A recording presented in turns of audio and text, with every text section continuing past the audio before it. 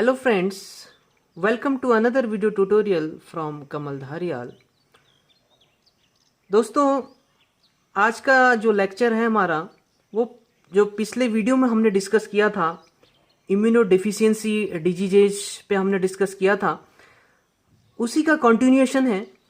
उस वीडियो में पिछले वीडियो में हमने डिस्कस किया था इम्यूनो डिफिशियंसी डिसऑर्डर्स का जो प्राइमरी इम्यूनो डिफिशियंसी जो क्लासिफिकेशन है उसके ह्यूमोरल इम्यूनो डिफिशियंसी वाले पार्ट को हमने डिस्कस किया था, राइट। और उसमें हमने एक डिजीज को डिस्कस किया था, वो थी आपकी ब्रूटन्स डिजीज, एक्स लिंक्ड ए गामा ग्लोबुलिनीमिया, उस पर हमने डिस्कस किया था। तो आज की इस वीडियो में हम उससे आगे बढ़ेंगे, इसके और भी हम टाइप पढ़ेंगे, ह्यूमोरल इम्यूनोडेफिशिएंसी डिसऑर्डर्स पे हम और भी डिस्कस करेंगे, जिसमें आज के जो हमारे कॉमन जो मेन टॉपिक्स हैं वो कौन से हैं। एक तो हम पढ़ेंगे कॉमन वेरिएबल इम्यूनोडेफिशिएंसी, जिसको हम CVID बोलते हैं, इसको पढ़ेंगे। दूसरा है isolated IgA deficiency. Third one hyper IgM syndrome and fourth one is transient hypogammaglobulinaemia of infancy. तो इन चार टॉपिक्स पे हम डिस्कस करेंगे, राइट। तो सबसे पहले हम डिस्कस करेंगे CVID पर। तो सबसे पहले बात करते हैं कॉमन वेरिएबल इम्यूनोडेफिशिएंसी की, CVID। दोस्तों ये कैसा है, इसमें आपके CVID में दोनों तरह के डिजीजेज होते हैं, जेनेटिक भी होते हैं और नॉन जेनेटिक भी होते हैं, यानी कि स्पोरेडिक, राइट। ये एक हेट्रोजीनस ग्रुप है, डिजीजेज का हेट्रोजीनस ग्रुप है, जिसमें स्पोरेडिक और इनहेरिटेड दोनों टाइप के डिजीज आपके होते हैं। क्लियर?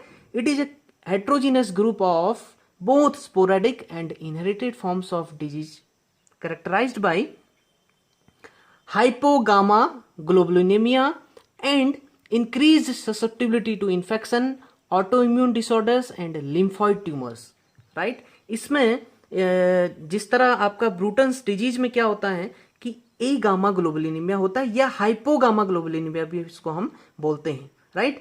लेकिन इसमें ए गामा ग्लोबुलिनीमिया नहीं होता वैसे, क्योंकि एंटीबॉडीज का फॉर्मेशन होता है, लेकिन उनका लेवल क्या होता है, लो होता है, हाइपो लेवल, राइट। तो इसीलिए हम इसको बोलते हैं क्या, इट इज कैरेक्टराइज्ड बाय हाइपोगामा ग्लोबुलिनीमिया, यानी कि जो एंटीबॉडीज का फॉर्मेशन होता है वो इसमें कम होता है, राइट, यानी कि कम लेवल पे होता है। तो जिसकी वजह से क्या होता है कि पेशेंट जो है, इंडिविजुअल जो है, इन्फेक्शंस के लिए ससेप्टिबल हो जाता है, क्योंकि उसका इम्यून सिस्टम स्ट्रांग नहीं रह जाता, राइट। और ऑटो इम्यून डिसऑर्डर्स हो सकते हैं, इसके अलावा लिम्फॉइड ट्यूमर भी हो सकता है, राइट।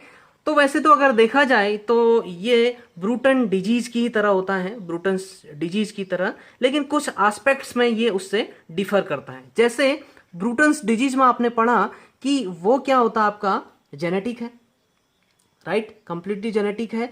और दूसरी चीज कि मेल्स में ज्यादा होता है, राइट, उसमें मेल आपके ज्यादा ससेप्टिबल होते हैं। क्यों? क्योंकि वो आपका एक्स लिंक्ड होता है।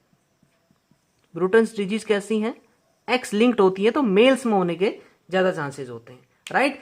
तो अगर आपकी जो CVID है, CVID अगर जेनेटिक है तो वो आपकी लिमिटेड नहीं होती कि वो सिर्फ मेल्स में हो, तो उसमें आपके दोनों sex, either it is female और मेल, दोनों सेक्स आपके क्या होते हैं, इक्वली अफेक्टेड होते हैं, राइट।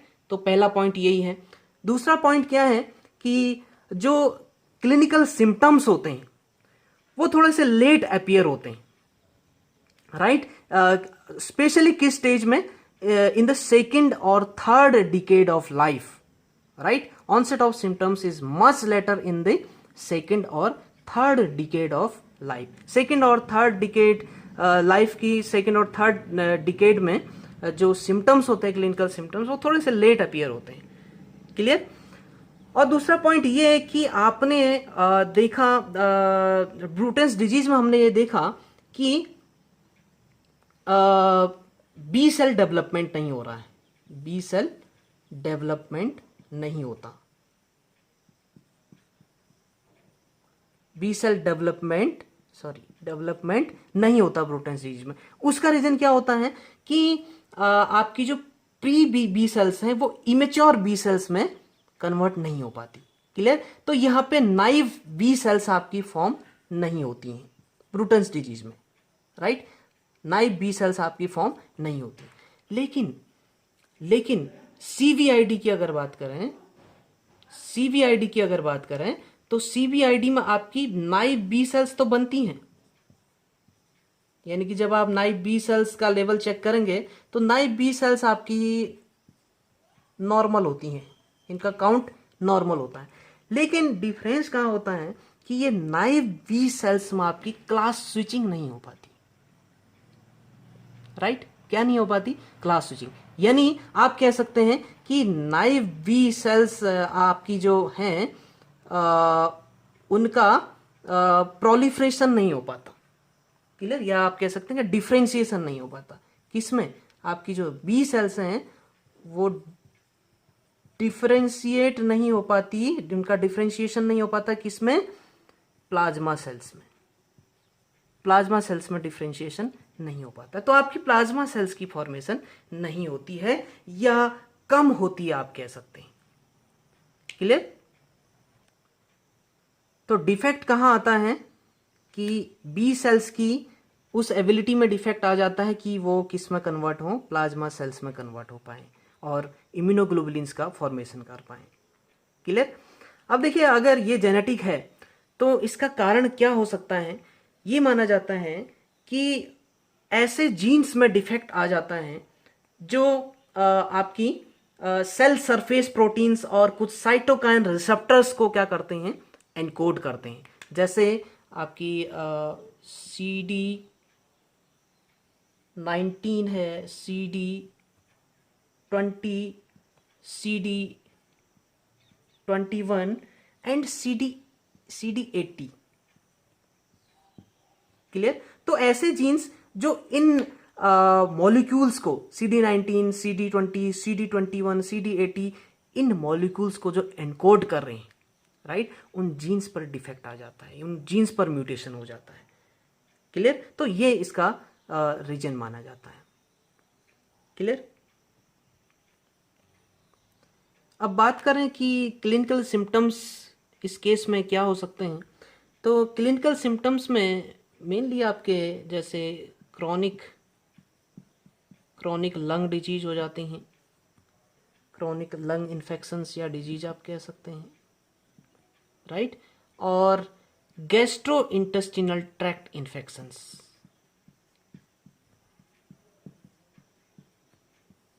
राइट?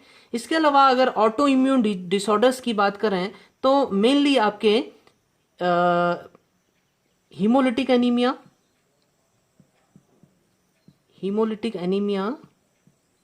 और पर्नीशियस एनीमिया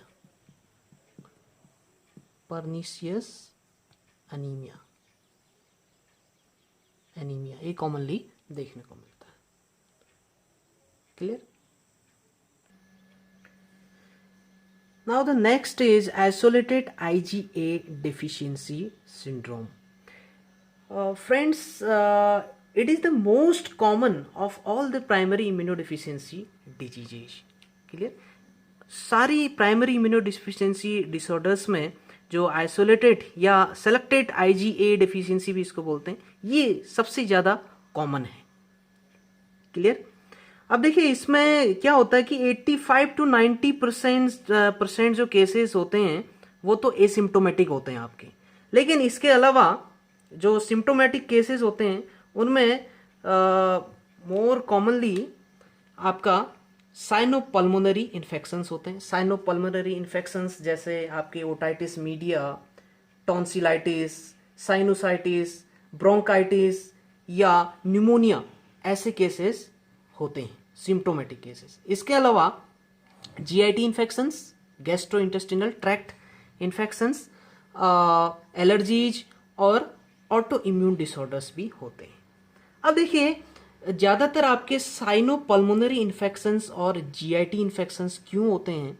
वो इसलिए क्योंकि आपको पता है कि जो IgA एंटीबॉडी है ये मोस्टली आपकी कहाँ प्रेजेंट होती है?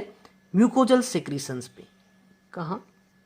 म्यूकोजल सिक्रीशंस पे। कहाँ के? चाहे वो रेस्पिरेटरी ट्रैक्ट का हो, रेस्पिरेटरी ट्रैक्ट, या जीआईटी, गैस्ट्रो इंटेस्टिनल ट्रैक्ट में। क्लियर? तो इन दोनों का जो म्यूकोजल सेक्रीशंस होते हैं उनमें आपकी आईजीए एंटीबॉडी प्रेजेंट रहती है, राइट। और ये आपको इम्यूनिटी प्रोवाइड कराती है। कहाँ पे? इम्यूनिटी प्रोवाइड करती है म्यूकोजल साइट्स पे, इंटेस्टीन्स की और रेस्पिरेटरी ट्रैक्ट की जो म्यूकोजल साइट होती है वहां ये आपको इम्यूनिटी प्रोवाइड कराने में हेल्प करती हैं आपकी आईजीए एंटीबॉडी। क्लियर? तो अगर इनकी डेफिशिएंसी हो जाए, आईजीए एंटीबॉडी की अगर डेफिशिएंसी होती है तो आपकी जो म्यूकोजल साइट्स हैं वो इन्फेक्टेड हो जाते हैं और उसमें आपके रेस्पिरेटरी ट्रैक्ट और gastro intestinal tract more commonly आपकी अफेक्टेड साइट्स होती हैं। क्लियर? इसके अलावा एलर्जी और ऑटो इम्यून डिसऑर्डर्स आपके हो जाते हैं, राइट। तो देखिए अब इसका रीजन क्या है? ये भी एक जेनेटिक डिसऑर्डर है। क्लियर? अब देखिए होता कैसे है, ये आपको पता है कि जो रेस्टिंग नाइव सेल्स होती हैं, नाइव बी सेल्स, ये आपकी बी सेल है और ये आपकी टी हेल्पर सेल है, राइट। तो जो नाइव रेस्टिंग बी सेल्स होती हैं उनको सिग्नल इंडक्शन की रिक्वायरमेंट होती है, राइट। यानी कि वो एक्टिवेशन के लिए, खुद एक्टिवेट होने के लिए पहले टी सेल को एक्टिवेट करती हैं। इनको हम सेल्फिश बी सेल्स भी बोलते हैं, राइट। तो खुद एक्टिवेट होने के लिए वो पहले क्या करती हैं, ये आप जानते हैं, राइट। वो पहले हेल्पर टी सेल्स को क्या करती हैं, एक्टिवेट करती हैं। फिर इन टर्न टी सेल कुछ केमिकल्स, कुछ साइटोकाइंस रिलीज करके इन बी सेल्स को क्या करता है, एक्टिवेट करता है, ताकि वो क्या करे, वो बी सेल आपकी फर्दर प्रोलिफरेशन हो, उसका डिफरेंशिएशन हो, प्लाज्मा सेल्स बने और वो प्लाज्मा सेल्स फिर एंटीबॉडीज का फॉर्मेशन करे, राइट। तो ये कुछ क्या होते हैं आपके स्पेसिफिक साइटोकाइंस रिलीज होते हैं जो स्पेसिफिक एंटीबॉडीज का के फॉर्मेशन को इंड्यूस करती हैं, राइट। तो देखिए यहाँ पे क्या होता है कि आईजीए एंटीबॉडी के फॉर्मेशन को कौन से साइटोकाइंस इंड्यूस करते हैं वो आपको पता होना चाहिए, राइट। देखिए यहाँ पे ये इंट्रैक्शंस जब आपके बनते हैं, ये आपका एमएचसी, राइट, और ये टीसीआर, और यहाँ पे ये CD40 जो आपका जो मॉलिक्यूल है वो CD40 लिगेंड के साथ इंटरेक्ट होता है और एमएचसी आपका इस टीसीआर के साथ, राइट। तो जब ये इंटरेक्शन आपका बन जाता है, क्लियर, तो आपकी टी सेल एक्टिवेट हो जाती है और टी सेल एक्टिवेट होके साइटोकाइंस रिलीज करती है, राइट। और इधर ये आपका साइटोकाइन रिसेप्टर है बी सेल पर, तो साइटोकाइन को ये जो साइटोकाइंस है वो इस रिसेप्टर पे आते हैं और आपका बी सेल एक्टिवेट हो जाता है, क्लियर। तो साइटोकाइन, वो साइटोकाइन जो आईजीए इंडक्शन को आईजीए प्रोडक्शन को इंड्यूस करती हैं, उन पे डिफेक्ट आ जाता है इस आइसोलेटेड आईजीए डेफिशिएंसी में, क्लियर। तो वो कौन से आपके केमिकल्स हैं, साइटोकाइन, हाँ केमिकल ही है, राइट। आपका इंटरल्यूकिन 5 और TGF बीटा, ये दो साइटोकाइन आपके आईजीए प्रोडक्शन को इंड्यूस करती है, राइट। यानी कि ये टी सेल से आपके कौन से केमिकल रिलीज हुए, इंटरल्यूकिन 5 और ट्रांसफॉर्मिंग ग्रोथ फैक्टर बीटा आपके रिलीज होते हैं। तो ये फिर आपका प्लाज्मा सेल में कन्वर्ट हुआ, यानी कि डिफरेंशिएशन हुआ, और ये फिर आपका क्या रिलीज करेगा, आईजीए का फॉर्मेशन होता है, आईजीए एंटीबॉडीज का फॉर्मेशन होता है, राइट। तो लेकिन यहाँ पे क्या होता है कि जो जीन्स आपके इंटरल्यूकिन 5 और ट्रांसफॉर्मिंग ग्रोथ फैक्टर बीटा को एनकोड कर रहे हैं, उनका डिलीशन हो जाता है, राइट। उन पे म्यूटेशन आ जाता है। तो उन पे म्यूटेशन आने की वजह से ये साइटोकाइन आपके साइटोकाइंस में डिफेक्ट आ जाता है या रिलीज ही नहीं होता, क्लियर, जिससे आपका IgA एंटीबॉडीज का फॉर्मेशन नहीं हो पाता है, क्लियर। IgA और एंटीबॉडी, अदर एंटीबॉडीज तो आपकी नॉर्मली फॉर्म होती हैं, अदर एंटीबॉडीज जैसे आपकी IgM है, IgG और IgE, ये एंटीबॉडीज का जो लेवल है वो तो नॉर्मल रहता है, ये नॉर्मली फॉर्म होती हैं, राइट। लेकिन IgA एंटीबॉडीज का फॉर्मेशन नहीं हो पाता है क्योंकि ये केमिकल्स जो ये साइटोकाइंस हैं जो IgA एंटीबॉडीज प्रोडक्शन को इंड्यूस कर रही हैं, उन पे म्यूटेशन आ जाता है, उनको उनके जीन्स पर म्यूटेशन आ जाता है जो इनको एनकोड कर रहे हैं, क्लियर। तो अगर सर्कुलेशन में आपका IgA एंटीबॉडीज का level less than 7 milligram per decilitre है तो this is considered as IgA deficiency, clear. अब बात करते हैं हाइपर IgM सिंड्रोम की।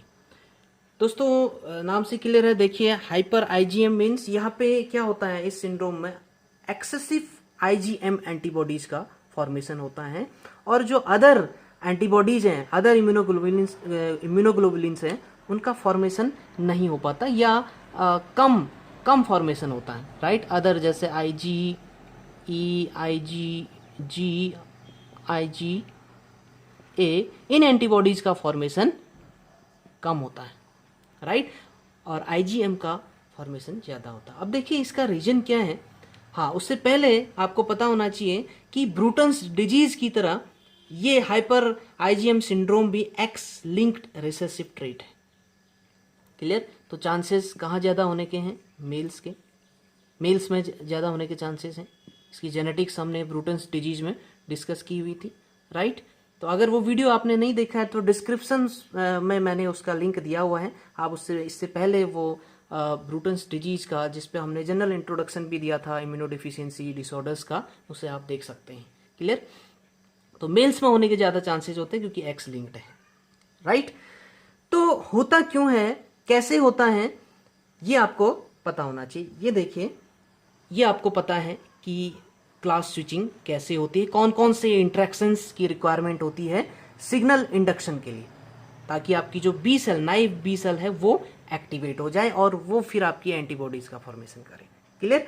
तो एक तो आपका MHC और TCR का जो इंट्रैक्शन है उसकी रिक्वायरमेंट होती है, क्लियर। एक तो ये इंट्रैक्शन बनता है,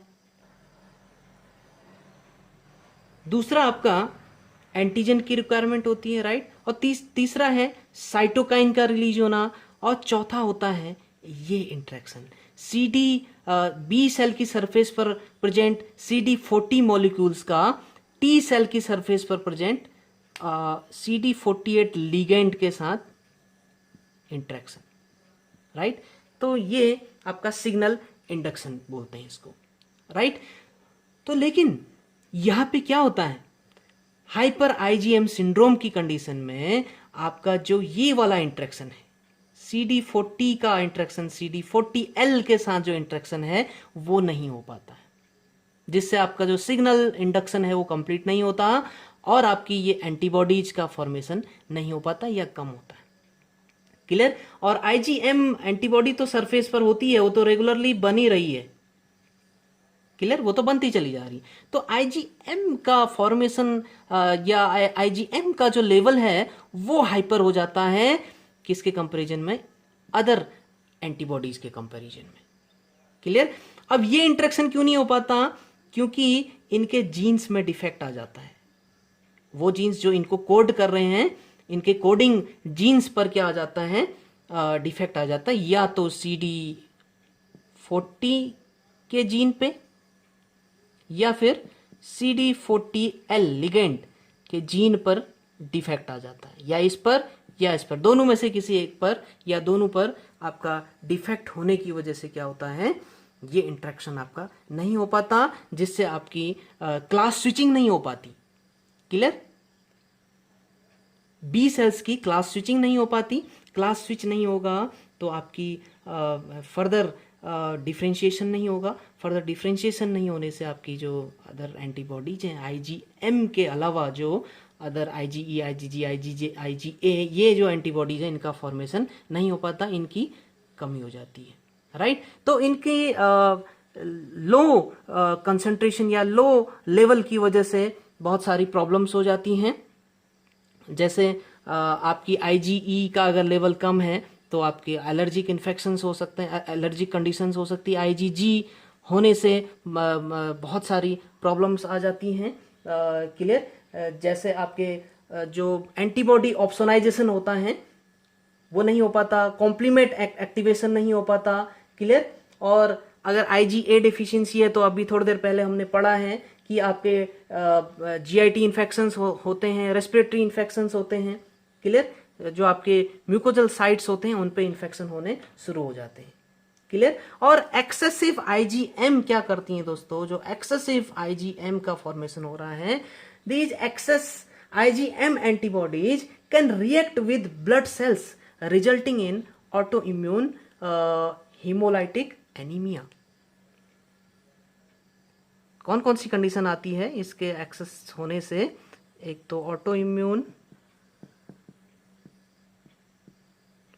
हीमोलाइटिक एनीमिया, दूसरा आपका थ्रोम्बोसाइटोपिनिया की प्रॉब्लम हो सकती है, थ्रोम्बोसाइटोपिनिया यानी कि आपका प्लेटलेट काउंट कम हो जाता है, और न्यूट्रोपिनिया,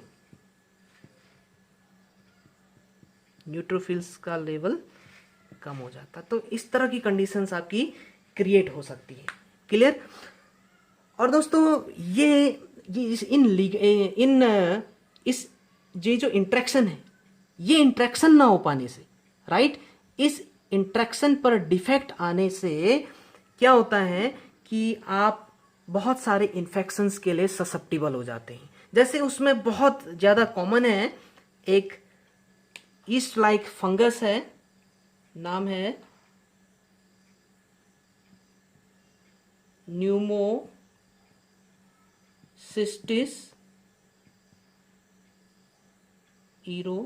जीरोवेसी वैसे बोलते हैं इसको, जीरोवेसी, या आप ईरोवेसी भी इसको प्रोनाउंस कर सकते हैं।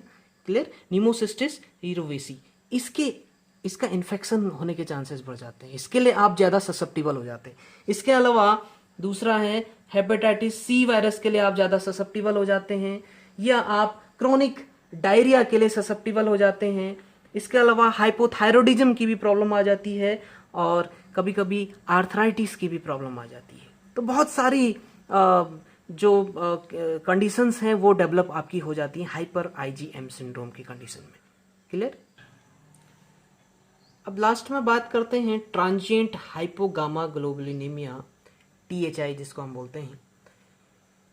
इसमें क्या होता है दोस्तों, देखिए नॉर्मली दोस्तों क्या होता है कि after 2 months of age IgG antibodies का सिंथेसिस होना शुरू हो जाता है। क्लियर।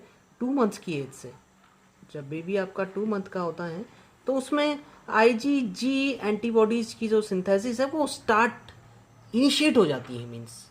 क्लियर। लेकिन कभी कभी क्या होता है कि इस इनिशिएशन में, इस IgG सिंथेसिस की इनिशिएशन में डिले हो जाता है, कभी किसी एबनॉर्मलिटी की वजह से इसमें डिले हो जाता है। क्लियर। या तो IgG में, या कभी कभी IgA और IgM बॉडीज एंटीबॉडीज की फॉर्मेशन में भी आपका डिले हो जाता है, जिसकी वजह से क्या होता है, which lead to defect in opsonisation और complement activation resulting in recurrent infections like otitis media and respiratory infections and most commonly bronchitis, pneumonia, sore throat, ऐसे सिम्टम्स आपके क्लिनिकल सिम्टम्स आपके क्रिएट होने शुरू हो जाते हैं। क्लियर। पेशेंट को फीवर भी डेवलप हो जाता है, साइनस पेन होता है, ईयर पेन होता है। क्लियर। हालांकि इस कंडीशन में स्पॉन्टेनियस रिकवरी हो जाती है usually by 18 to 24 months of age. Clear. 18 to 24 months की एज होने पर, क्लियर, स्पॉन्टेनियस रिकवरी होनी शुरू हो जाती है, रिकवरी इसमें हो जाती है। क्लियर। लेकिन कभी कभी इस तरह की कंडीशन आपके इन्फेंट्स में आ सकती है, जिसको हम ट्रांजिएंट हाइपोगामाग्लोबुलिनीमिया बोलते हैं। क्लियर। तो आपका IgG का लेवल कम हो जाता है, या कभी कभी IgA और IgM का लेवल भी आपका कम हो जाता है, जिससे इतनी सारी प्रॉब्लम्स आपकी हो सकती है। तो फ्रेंड्स, आई होप कि आपके समझ में ये पूरा लेक्चर आया होगा। अगर आपके समझ में आया है तो प्लीज़ लाइक करिए और वीडियो को ज़्यादा से ज़्यादा शेयर करिए, और अगर चैनल पर नए हैं तो चैनल को ज़रूर सब्सक्राइब करिए और बेल आइकन को ज़रूर प्रेस करिए, ताकि नई आने वाली जो वीडियोस हैं उसकी नोटिफिकेशंस आपको मिलती रहे। Right. Okay, thank you very much.